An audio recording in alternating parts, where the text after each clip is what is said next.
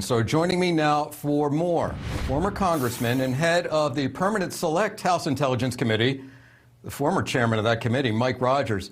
Congressman, thanks very much for joining us. President Biden insists he doesn't want to start World War III, but is Putin trying to start World War III? He's bombed a maternity hospital, apartment buildings, and now sent missiles crashing into a base, as you just heard, 13 miles from the Polish border, Poland obviously a NATO ally. Is he trying to bait the U.S. and its allies into attacking him?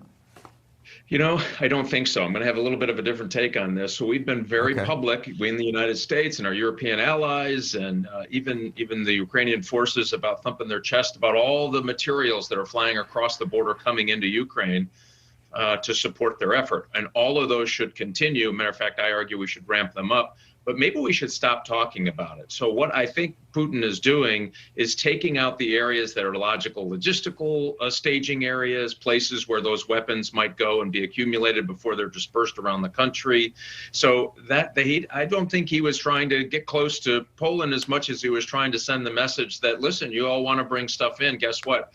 That is, I will attack that as well, which is why I say maybe it's time to have the shut up phase about what we're doing with Ukraine here as we move forward, because he's going to attack them. He'll look at that as targets of opportunity, and I think that's exactly what he was trying to demonstrate. You know, it's a great point. We hear about the hundreds of $millions President Biden and Congress are sending to the Ukrainians, the Stinger missiles, the Javelin missiles.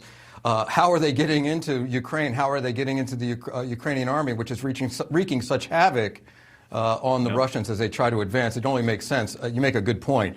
You know, there are rising voices, speaking of here in Washington, both Republicans and Democrats, insisting that the U.S. do more, send more sophisticated weapons, not just the missiles and projectiles, planes, arms for the Ukrainians. What's your take? Should we send them more sophisticated, more lethal aid?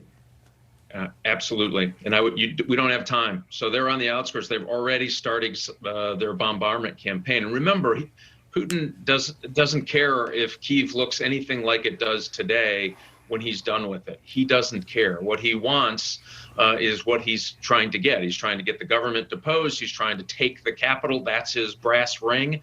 And my argument is we ought to stop talking about all of this and give them what they need to be successful, and then look for that negotiated settlement. Listen, at the end of the day, the people who are going to pay the heaviest price, pretty easy to be tough when you're standing in Warsaw, if you're another NATO country. It's not so tough when you're getting bombarded, your citizens, your cousins, your brothers, your sisters, in Kyiv. So what I argue is give them everything. Clamp down on the sanctions as fast as you can. Stop talking about it. Give them anti-aircraft and anti-missile technology. We have all of that. We should provide that as soon as we can, so at least they have a fighting chance.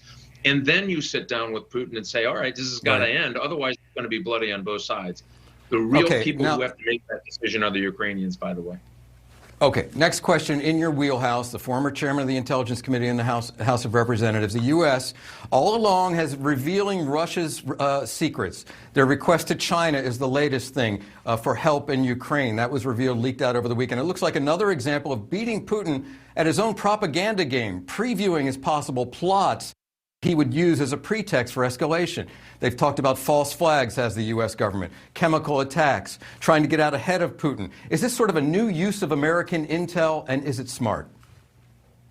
I think it's very smart. So we watched Putin do, even leading up to our 2016 elections, the way he was involved in the separatist movement, or independence movement, rather, in Spain, the way he got involved in the Brexit, and he was trying to cause chaos and other things. And at that time, the common thing was, hey, now we know what he's doing, but let's not disclose it. Let's just try to turn it off. Well, I think being so open about it, it gets ahead of him. It causes him to stumble. You're getting into his decision matrix.